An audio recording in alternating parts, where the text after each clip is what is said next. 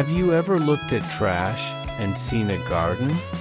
Welcome to Verdant Dreams, where the forgotten is transformed into beauty. In today's video, we'll explore stunning DIY garden ideas made from discarded bottles, bricks, bamboo, and more, all brought back to life with color and creativity. You'll find chapters in the timestamps, so feel free to skip around. And if you have questions, the comments are open for you. If something here inspires you, don't just scroll past. Hit that subscribe button, not for the numbers, but for the story behind it. This isn't just content. This is our corner of hope. You're not just a viewer. You're part of what keeps this dream going. Thank you for seeing beyond the screen.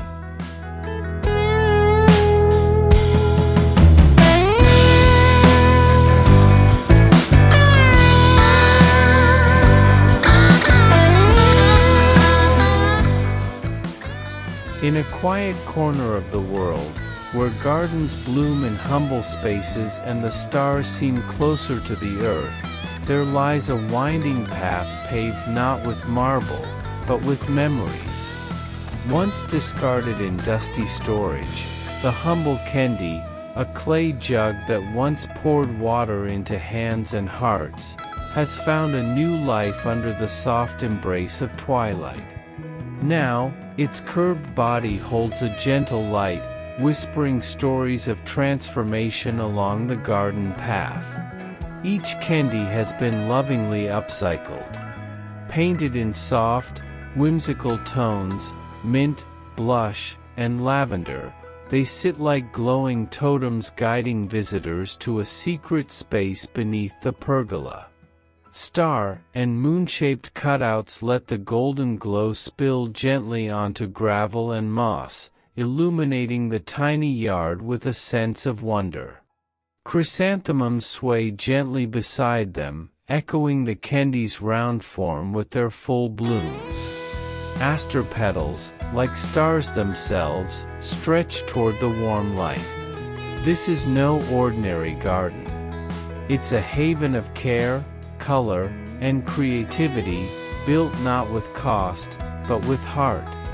The pathway meanders softly, inviting bare feet and slow walks, leading toward a bench wrapped in ivy and shaded by cold-hardy Japanese anemone.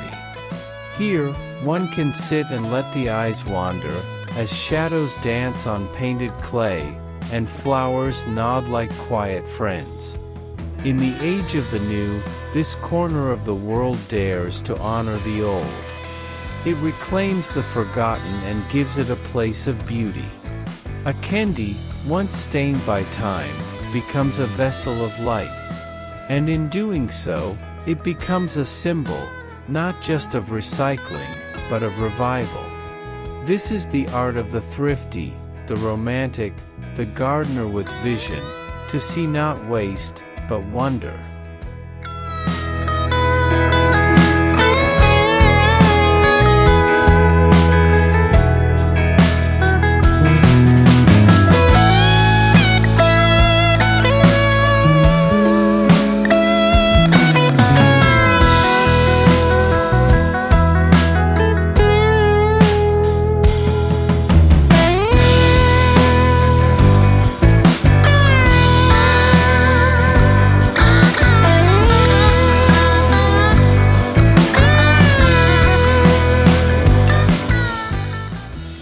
In a world rushing to demolish and discard, there is quiet rebellion in saving what once stood strong. Among the blossoms and rustling leaves, the aged bricks now find a home not in dust, but in design. Each brick carries a story, of old walls, forgotten porches, garden sheds long gone. Their chipped corners and faded color are not flaws, but fingerprints of time. And now, stacked gently along winding flower beds or supporting the weight of a quiet moment on a garden bench, they become part of a new narrative. This tiny yard, though small in space, is vast in imagination. Along its edges, bricks form curved borders like ribbons of earthy tones, terracotta, clay, and sun-warmed ochre. They hold back the bloom of chrysanthemums and asters, letting the chaos of color rest against a line of humble order. And then, beneath the dappled shadow of a pear tree, a bench. Simple, strong, made of these same salvaged bricks with a reclaimed wooden slab resting on top. Here is where mugs of morning tea find their place. Here is where laughter lingers after sunset. Cushions in faded floral soften the stone. Nearby, a bamboo water feature whispers in rhythm with rustling leaves, adding a melody to this rustic vignette. The bench and border work in quiet harmony. They require no nails, no polish, only placement and purpose. This is design with soul, the kind that doesn't shout, but sings. As seasons shift, moss may creep into the mortarless cracks, and tiny wildflowers may sprout from the loosened joints. But that only deepens their charm. Because this garden doesn't seek perfection. It welcomes the past into the present. What was once rubble is now refuge.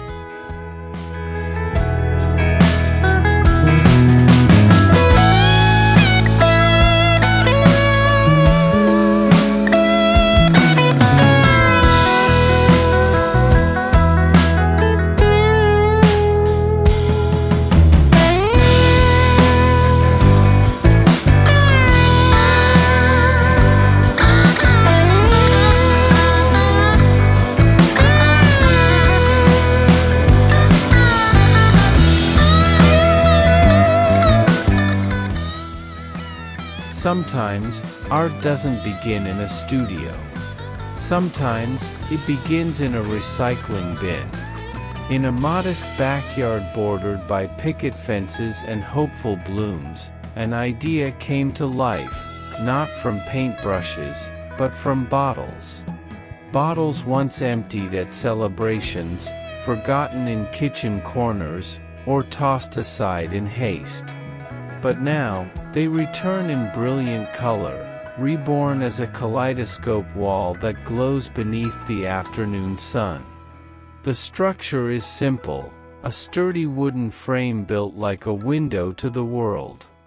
Into it, glass bottles are placed, horizontally, vertically, some even cut into patterns. Each one painted lovingly, one ruby red, one ocean blue, one honey amber. As the sun rises and sets, the colors shift like stained glass in a chapel, casting glowing shadows across the marigolds below. This isn't just a fence. It's a canvas. It brings privacy, yes. But more than that, it brings joy. Children pause at the gate to count the colors. Visitors gasp when the evening light hits just right. And the gardener? They smile quietly, knowing that beauty came not from spending, but from seeing differently. Plastic bottles, too, join the parade, cut and crafted into whimsical flowers that dance along wire trellises. Their bright hues echo the real blooms below, asters and mums, standing tall in the fall breeze. Together, they form a harmony of real and imagined petals. Here, waste is not the end, it's the beginning. The bottle fence doesn't try to mimic perfection. It celebrates personality. Slight imperfections in size and shape only add to its charm. Each bottle carries a past life, but now lives again with purpose. In this garden, nothing is ordinary. Even the fence tells a story of color, of creation, and of care.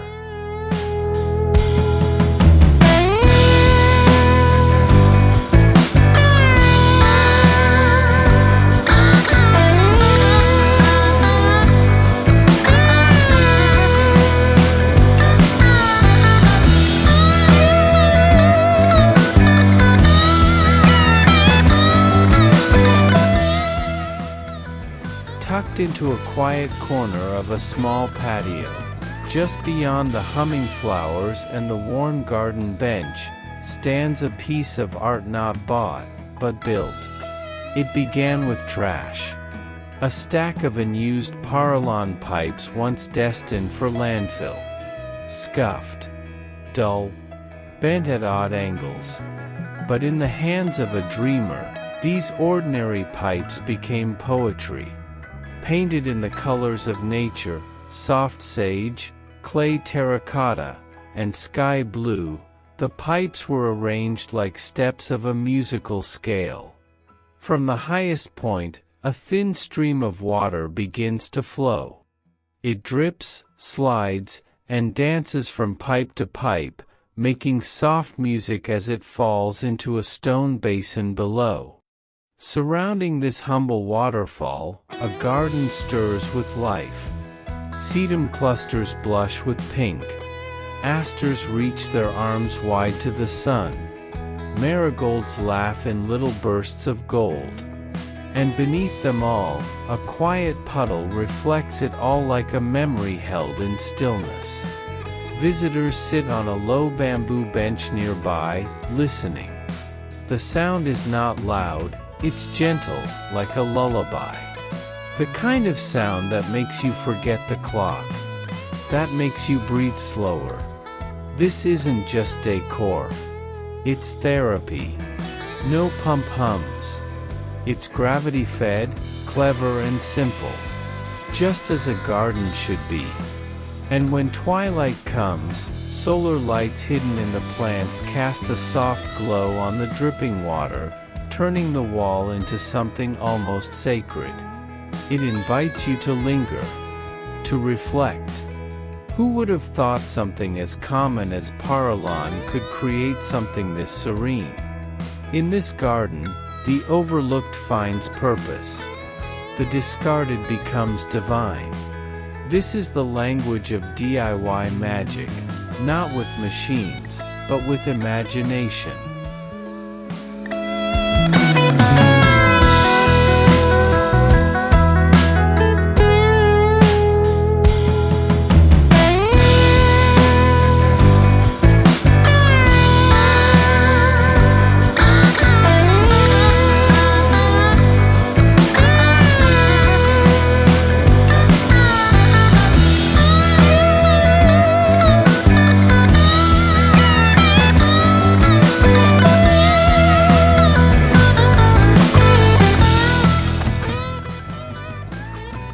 There was once a time when these doors knew other lives.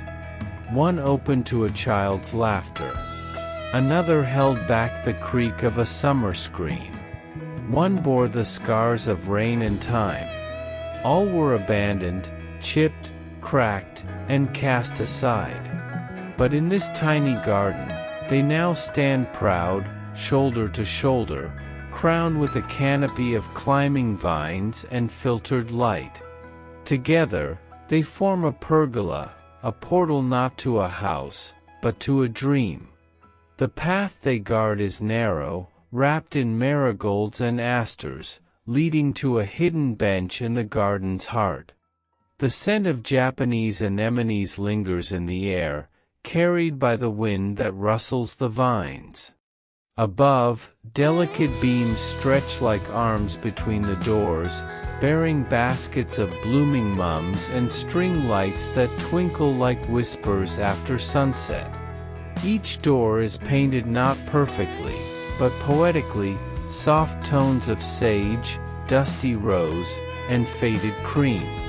Their surfaces carry age like wisdom, their knobs and hinges still clinging to stories they refuse to forget. A keyhole with no key. A latch rusted shut. All reminders that beauty doesn't need to be new, only noticed. Visitors step through this arch not just into a backyard, but into a feeling of quiet nostalgia, of cozy rebellion against the plastic and polished, of love for things that once had meaning, and now do again. Children run beneath it, laughing. Gardeners pause here with a mug of tea. lovers lean in for a kiss in the golden hour glow. And always, the doors remain, not as entrances, but as anchors. This is the soul of upcycling, not just saving wood, but saving wonder. In the world of fast and disposable, this pergola says, wait. It asks you to look again, to see the magic in junk, to open doors, not just with your hands, but with your heart.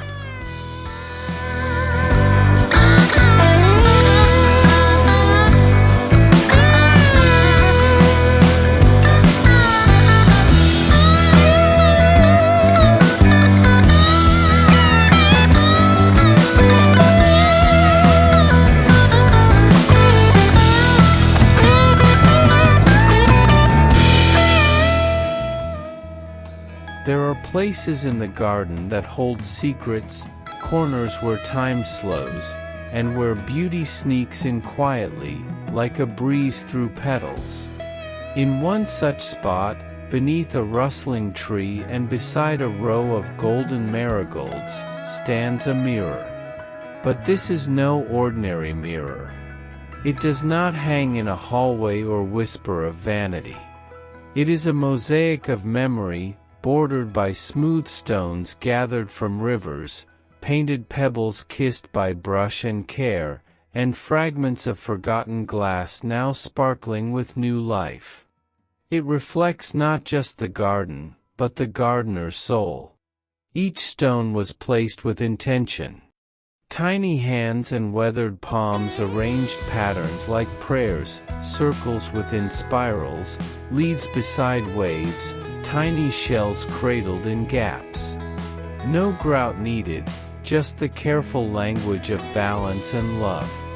In its face, you see asters stretching wide, Japanese anemones trembling in the breeze, and the golden glow of a late afternoon sky. The mirror doubles the joy of flowers, catching sunlight like a painter captures light on canvas. It multiplies beauty. And in the early morning, when dew still clings to petals and the world is hushed, the mirror reflects a quiet kind of magic, a bee in mid-flight, a leaf mid-fall, the soft blur of a child chasing a butterfly. It is a portal, not just to another view, but to another way of seeing. Here, trash has no place. Yet nothing is wasted.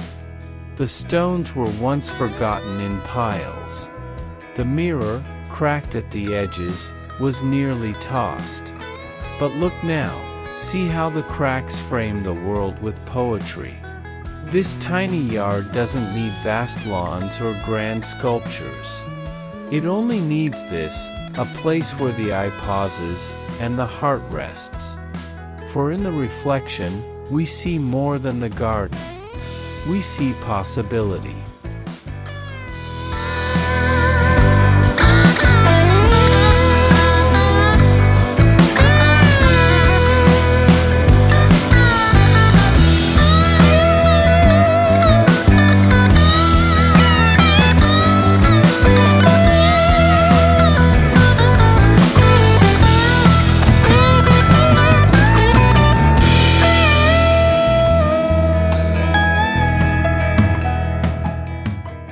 Far from the shore, where gulls do not cry and tides do not turn, a backyard becomes a beach, not through sand, but through soul.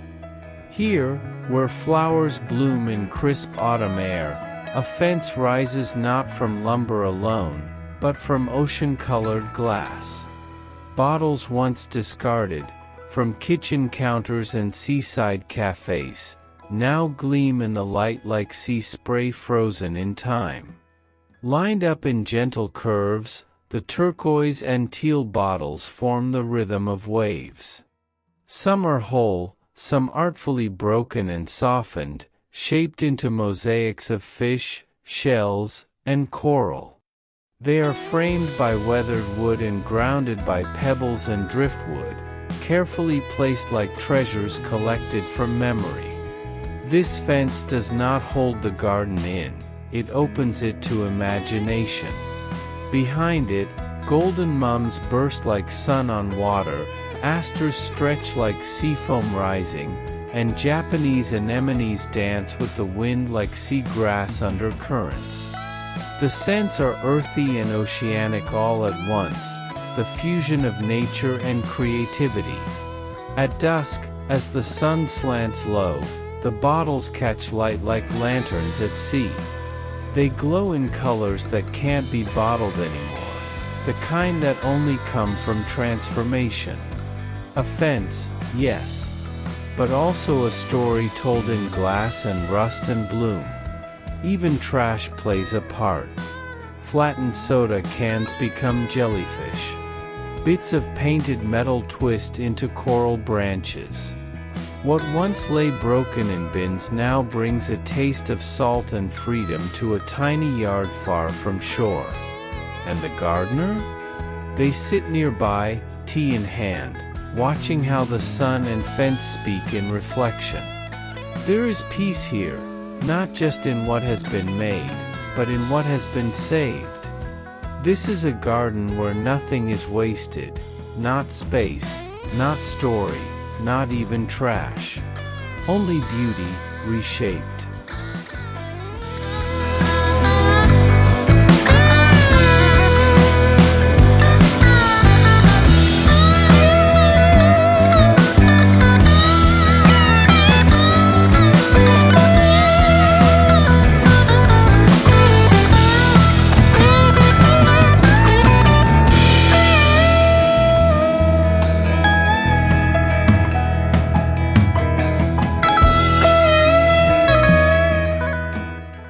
Bricks are made to be stepped on, foundations, edges, barriers. But here, in this tiny garden under the twilight sky, they rise like dreams. Once forgotten in dusty corners or scattered near broken walls, the bricks found their way into the hands of someone who saw more. With a coat of paint, pale blue, warm terracotta, golden cream, and a careful carve of space, they were reborn. Not as walls, but as light. Now, they float, suspended from the arms of an old tree, held by thick cords like garden talismans. Inside each one, a solar light flickers to life as dusk arrives. They don't shine like streetlights, they glow like fireflies. Gentle, warm, inviting. Below them, the earth sings. Sedum and marigold sway in the cooler breeze. Asters bloom like stars beneath stars. And nearby, a rustic bench invites a moment of pause, a moment to look up. Children laugh when they see them. Flying bricks, they say. Neighbors ask, is it safe? And the gardener only smiles. Yes, they whisper, because they're not heavy anymore. They carry only light. Each brick tells a quiet story, of being useful once, then useless, then beautiful. They dangle not just from branches, but from imagination. In a time when gardens fill with plastic and shine with chrome, this place holds to a different rhythm, slower, softer, wiser. The bricks, once grounded, now hover like memories in motion. Their glow touches the petals, the leaves, the skin of those who wander beneath. And as night deepens, the garden doesn't fade, it transforms. Becomes something between earth and sky, between ruin and rebirth. This is the art of seeing potential, of choosing transformation, of giving even bricks, heavy and overlooked, a chance to float.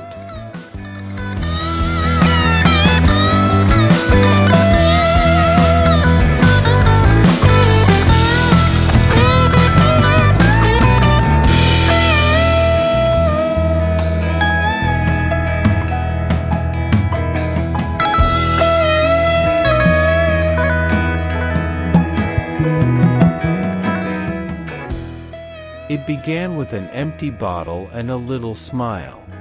In a world that rushes and throws away too easily, a gardener paused to look at a simple plastic bottle and wonder, what could this become? A little trimming. A bit of pastel paint. Some cut-out ears, wiggly eyes, and a painted-on grin. Suddenly, it wasn't a bottle anymore. It was a bunny. 1 became 2. 2 became 12. And now, along the base of a picket fence, a row of charming little bunnies watches over a blooming garden, guardians not of gates, but of joy. Each bunny is different. One blushes in baby pink, another glows in mint. Some have tall ears that stand alert, others with floppy curves that melt into flower beds. They peek between asters and play hide-and-seek behind pots of herbs. At night, tiny solar lights flicker gently above them, as if stars have stooped down to watch. Children stop by and name them. That one's Rosie, they say. And the sleepy one is Cloud.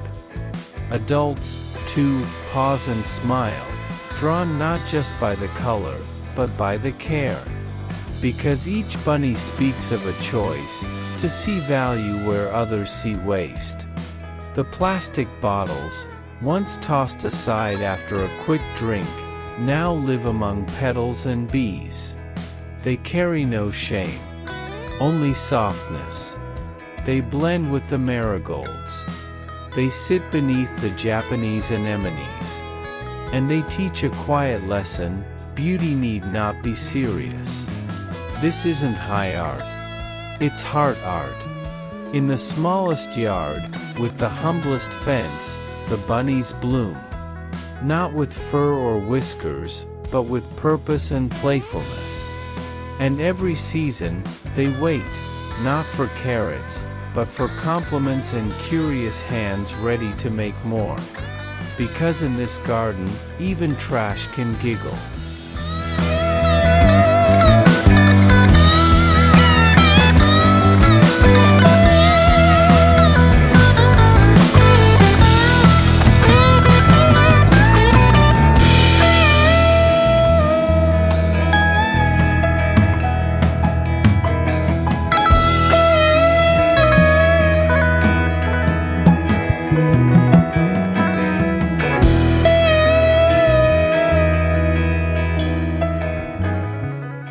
Some gardens shout with sculpture.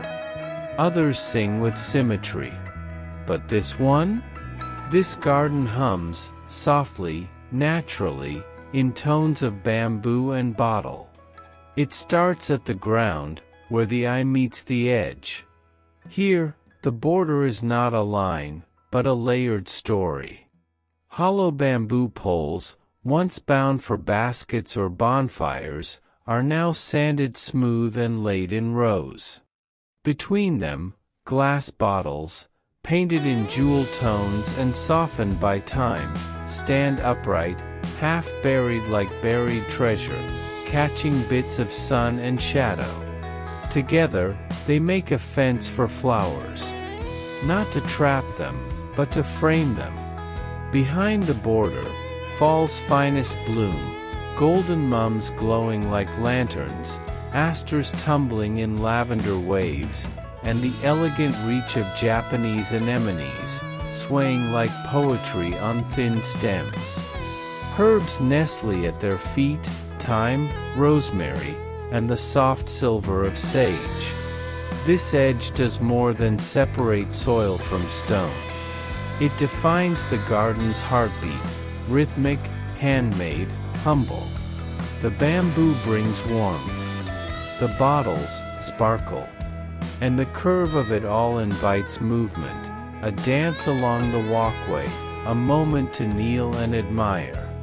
The gardener who built it did not measure in inches but in intention. With hands that knew the weight of waste and the wonder of reuse, they wove together the natural and the cast-off. Children run their fingers along the bamboo, curious at the textures. Neighbors take photos of the glowing bottles at sunset. Birds perch on the edge, and bees weave through the flowers just behind. And when the seasons shift, and the blooms sleep beneath frost, the border remains, a reminder that beauty doesn't wilt with age or wear. It endures. Especially when it is made with both the earth and what others left behind. This is the art of contrast, smooth bamboo and cool glass, nature and nurture, wild bloom and structured edge. All working together. All holding the garden's soul in place. Not with concrete, but with care.